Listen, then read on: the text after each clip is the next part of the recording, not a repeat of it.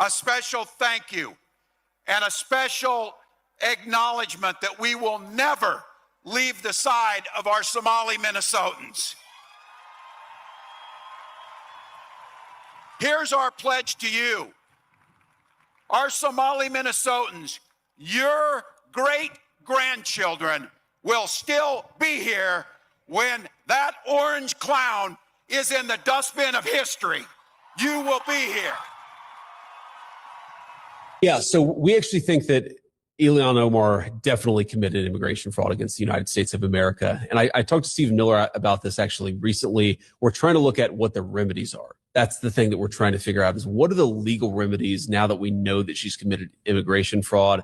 How do you go after her? How do you investigate her? How do you actually do the thing? How do you build the case necessary to get some justice for the American people? There's a related issue, Benny, which is she has been at the center of a lot of the worst fraudsters in the Somalian community. So do I know that Ilhan Omar was aware that the Quality Leering Center was defrauding the American people? I'm not certain of it, but we at least need to investigate it, because if people can commit wrongdoing without even the fear that they're going to be found out, that's a fundamental problem. You know why these scams in Minnesota should not surprise anybody? Because Somalia ranks 179th out of the 180 countries ranked on the Corruption Perceptions Index. And when you import vast amounts of people from a low-trust, corrupt society where scams are rampant, don't be surprised when they engage in low-trust scam behavior. You're seeing this all over Europe, where all of these high-trust societies are bringing in hordes of people from low-trust societies, and then they're surprised when the welfare programs that depend on social trust, they're surprised when those are taken advantage of. That's exactly what happened in Minnesota. You have a welfare program that depended on a high level of social trust, and that social trust was violated by people who come from a society that has low levels of social trust.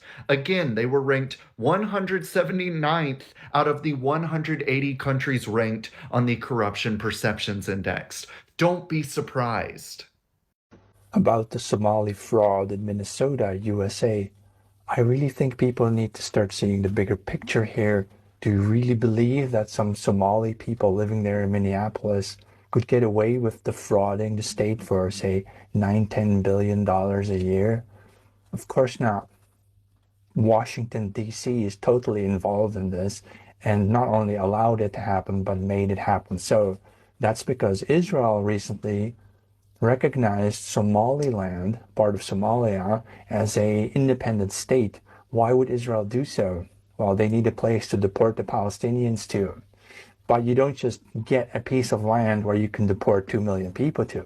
You have to pay for it. And that's what this is. The U.S. is the greatest ally of Israel. Remember, the United States citizens, middle-class people, taxpayers, are going to pay for that.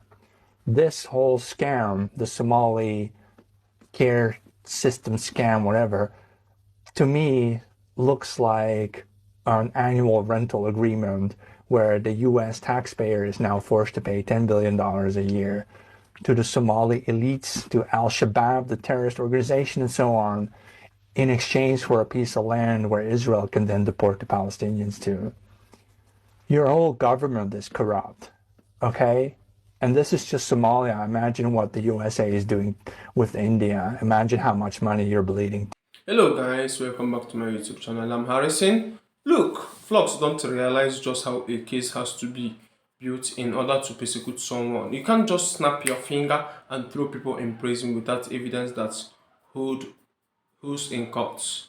But that doesn't mean we should stay silent when clear patterns of corruption and neglect are staring us right in the face. Let's be clear about what's been happening in Minnesota under Governor Tim Walz and Representative Ilhan Omar. The Democratic Party has allowed elements tied to terrorism and serious fraud to penetrate our government and drain resources from our country. Why do we keep welcoming unchecked third-world immigration without demanding that people actually contribute and integrate? People should be focused on making their own countries better instead of coming here and trying to reshape America into something that serves their narrow interests. And then we see this attitude where someone can just shrug and say, I can't remember, when questioned about serious issues, and somehow walk away with zero consequences. That's not accountability, that's not justice. The second mistake people make is thinking these politicians actually care about everyday Americans.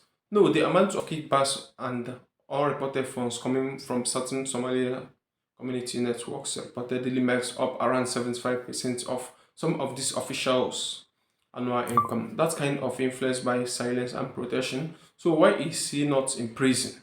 Some people asked. Why are Tim Walz and Ilhan Omar going completely silent whenever the real numbers comes out about these massive fraud schemes? Now let me be very clear. Black Americans have been the backbone of this country, building it through slavery, fighting for it in every war, leading the civil rights movement that expanded freedom for all of us. Black communities in places like Minneapolis have faced generational poverty, over policing, underfunded school, and economic neglect for decades. They deserve reinvestment, re-justice, and re-representation that puts their struggles first. Instead, what we have seen in democratic leadership bending over backwards to protect powerful networks within the Somali immigrant communities. Even when that means turning a blind eye to billion-dollar fraud scandal in child care programs, welfare schemes, and funds that were supposed to help the most vulnerable. These scandals don't just waste taxpayer money, they steal resources that could have gone to black families struggling in the same cities. They erode trust in our social safety nets.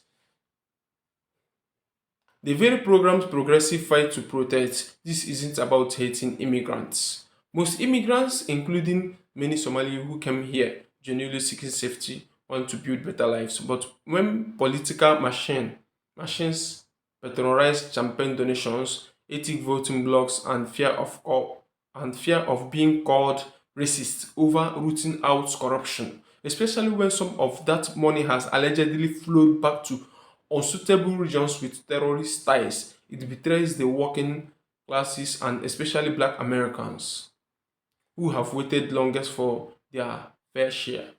Tim Wells and Ilhan Omar go radio silent when the audits drop and the dollar figures get released. They lecture the rest of us about compassion while their intention allows fraudsters to loot system meant for the power. Meanwhile, black neighborhoods continue to suffer from crime, falling schools, and economic displacements. Progressives should be the one demanding the real accountability, not selective outrage that shield airlines at the expense of black communities. We need to fix our broken immigration system so it serves America first.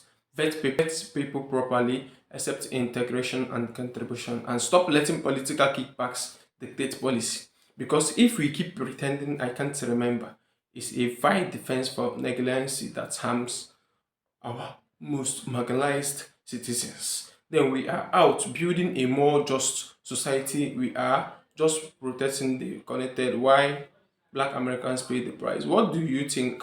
Should Democrats start putting black working class priorities ahead of aesthetic political machines? Drop your thoughts below and make sure to like and subscribe for more unfiltered progressive commentary that actually centers the people who build this country. Peace out.